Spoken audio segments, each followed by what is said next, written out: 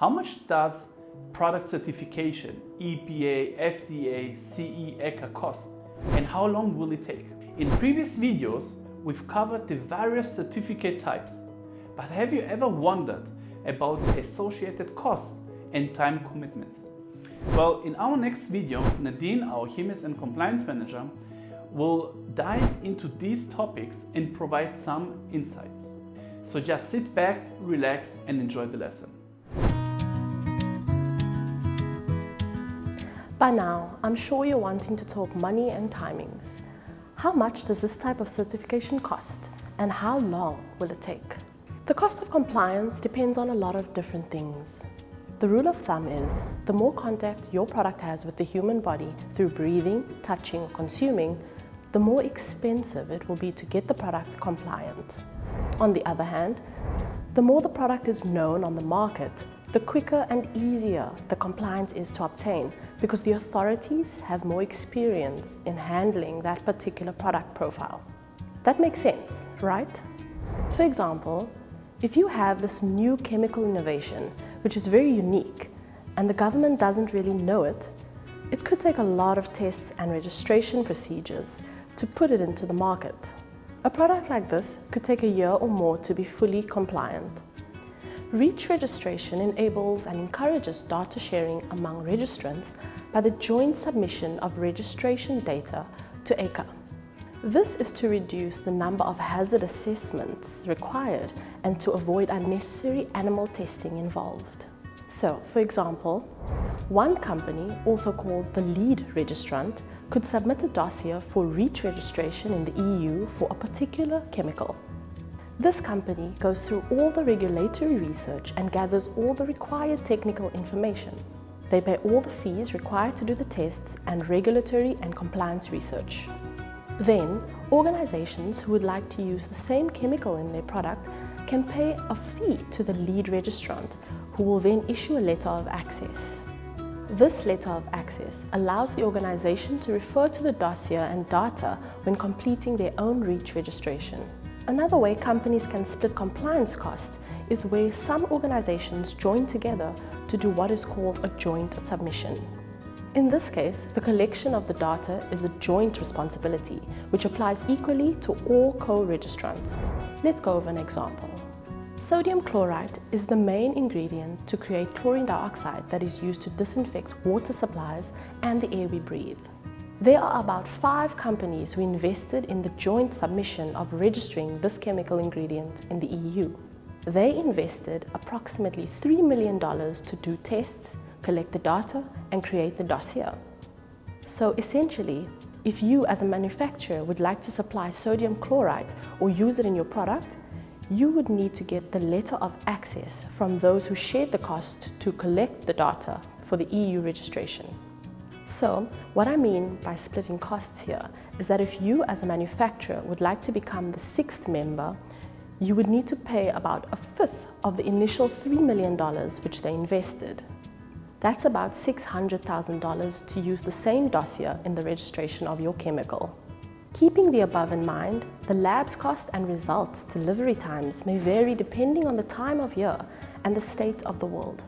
For example, during COVID-19, most labs had a waiting period of minimum 3 months for testing projects. The point I'm trying to make is that prices depend mostly on the uniqueness, the intrinsic hazard of the chemical or product, and how good your compliance and regulatory agency is in sourcing the right labs and organizations to effectively conduct the necessary tests in the fastest and cheapest way. The last thing to keep in mind here is that your entire project, including timings and costings, will greatly benefit from you working with scientists who know what they're talking about. At Diatomic Digital, we have handled compliance and regulatory projects for products that were completely new for governments. In these cases, we used our chemists, microbiologists, and virologists to analyze the existing test standards and optimize the testing conditions to achieve the best possible results for the products. We've even had devices built from scratch to make some of the testing possible for our clients. Let's take a look at an example of getting a biocidal chemical product onto the EU market for a project which we did for one of our clients. The process can be quite complicated and demand quite a lot of work depending on the number of countries and which countries they are. The process will most likely start with a COA of all chemical ingredients. Depending on how many chemical ingredients are in the product and which are active or not, the cost could be about $600. Next, an MSDS would need to be created for every country, so translated into each language, which could cost about $100 per language. We then proceeded to make a CLP compliant label, which has all the hazards or precautionary statements as required by the SDS. The design agency cost for this would be about $200 per label. The client then needed a regulatory study for the EU to see if their chemical compounds were regulated or if they were still under review. That cost about $3,000 to $5,000. They then needed to collect an Article 95 letter for the active ingredients from the manufacturer of the raw material. They also needed the PCN since it is centralized in Europe for all EU member countries. It is a requirement that the UFI code is placed on the product's label and is an important requirement for the PCN dossier. This costs about $500. We then needed to obtain a service agreement with hospitals or agencies with a hotline number for each country. This is in case a consumer ingests the product and they will need to be able to call the number and get advice on what to do. For example, in Germany, we worked with Hospital Shatari. They charge about $50 to $170 per year. We needed to register all the chemical ingredients with REACH and get a REACH registration number. This cost depends on how many tons of each ingredient are being sold in the EU and what the status of the manufacturer is. It also depends on how much of a turnover they actually have. In addition, the client needed to have efficacy testing for the product based on the claims which they are making. This cost about $5,000 to $10,000. Besides the efficacy, safety was also a concern, not only the safety to the humans, but also the safety in transport conditions. These safety tests, like skin corrosivity testing or seeing how it can be transported or stored, cost about $500 to $2,000. Next, the client needed assistance to apply for a BPR notification for some countries, and that cost about $2,000 per country.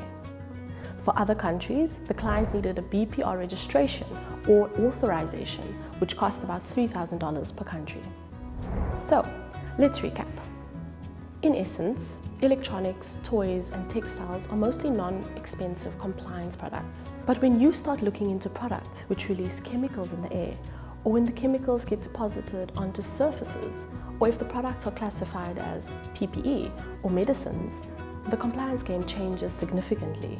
This can also be more expensive. In these cases, the costs are more likely to grow exponentially. Your compliance and regulatory consultants will also know the countries which have government agreements which allow compliance from one country to be carried into the other by the form of free trade agreements or FTAs.